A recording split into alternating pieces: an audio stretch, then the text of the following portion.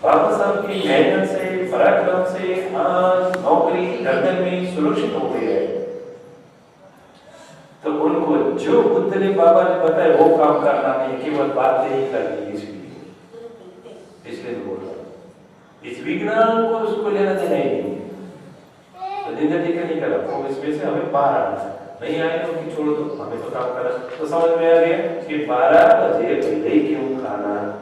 अच्छा ठीक है। और आगे बात गारंटी के वारंटी, गारंटी लेनी है। अभी गारंटी वारंटी किसी को नहीं। अगर आपको बराबर पक्का रिजल्ट लेना है, गारंटी वाला रिजल्ट लेना है, तो आम दिनों में हम रोज 5 सील का पालन करते हैं, लेकिन उपोषण के दिन 3 सील और बढ़ा दो, टोटल 8 सील। माना आचरण करना है, केवल बोले नहीं जाना है। बोल एक बोलता हूं, कैसे बोलते? पाणातिपाता वेरमणि सिक्खापदं।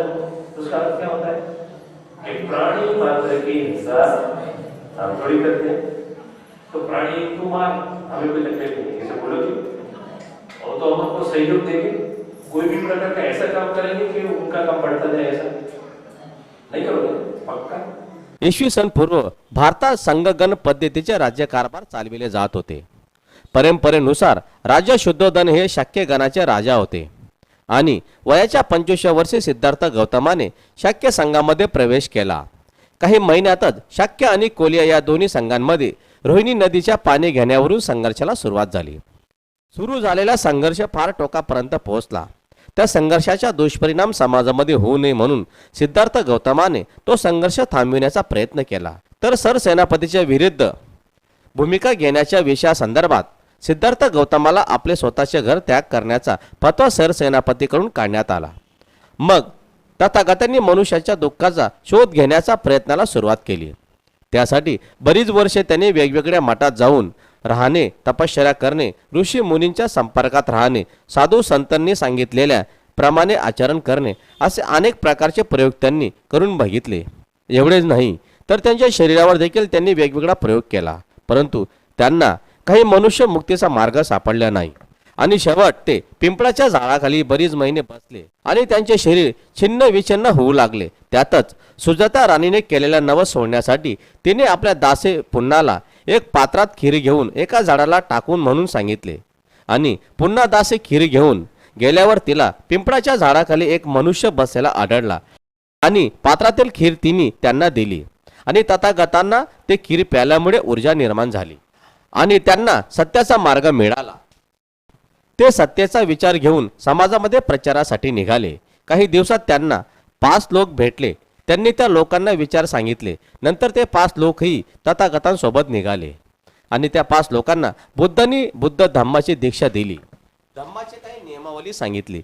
त्यात केस कापणे, शरीरावर चिवर परिधान करणे, एक भिक्षा पात्रासोबत घेऊन चारिका करणे, लोकांनी जे दिले तेच खाऊन पुढे चारिका करत समाजाला दुःख मुक्तीचा संदेश देणे, लोकांकडून कोणत्याही मौल्यवान वस्तू स्वीकारू नये, भोजन ही 12 वाजेच्या आत करणे, संध्याकाळी भोजन करायचे नाही, अशा अनेक प्रकारच्या अटी तथागतांनी भिक्षू संघासाठी बनविल्या।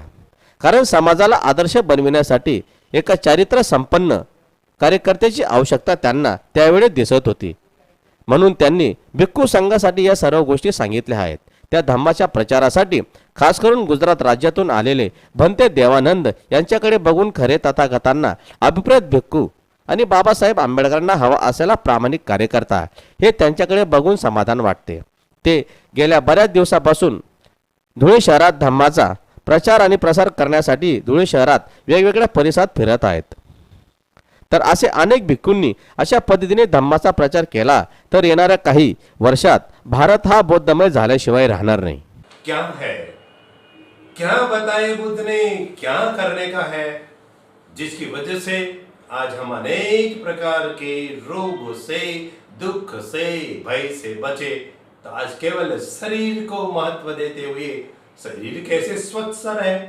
आज एक मानव शरीर को स्वस्थ करने के लिए वॉकिंग करता है, जॉगिंग करता है या जिम में जाता है, लेकिन बुद्ध की कृति क्या होती जो आज हम देखें, समझे जैसे कि बुद्ध ने बताया कि जब भी आपको उनका लाभ लेना है तो हमेशा 5 अंगों के आधार पर कैसे काम किया जाए।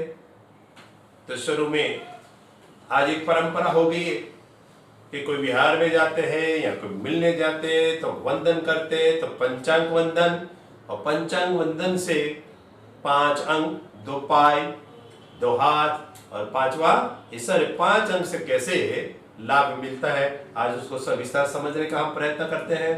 तो चलो शुरू करते हैं। तो सबसे पहले अगर आपको अनुभव लेना है तो मैं ये भी आपको बताना चाहूंगा कि अगर किसी की कोई नाक बंद हो जाता है, कभी कभी एक नाक बंद रहता है ना, तो क्या करें। चलो मैं जैसे बैठता हूं, जैसे अपने दोनों पाय ऐसे करके, ऐसे ऐसे नहीं बैठे, पाँव के पंजे पर नहीं, लेकिन ये पाँव एकदम मुड़ा हुआ, ऐसे सीधे पाँव से ऐसे बैठे सीधा।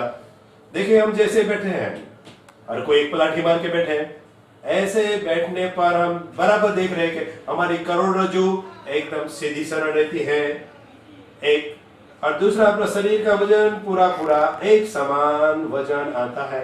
उनकी वजह से 2 घटना होती है, एक श्वासोश्वास की प्रक्रिया नियमित होने लगी है, और दूसरा एक समान वजन होने की वजह से ब्लड सर्कुलेशन भी एक समान, दोनों श्वासोश्वास और ब्लड सर्कुलेशन दोनों एक साथ होने लगता है।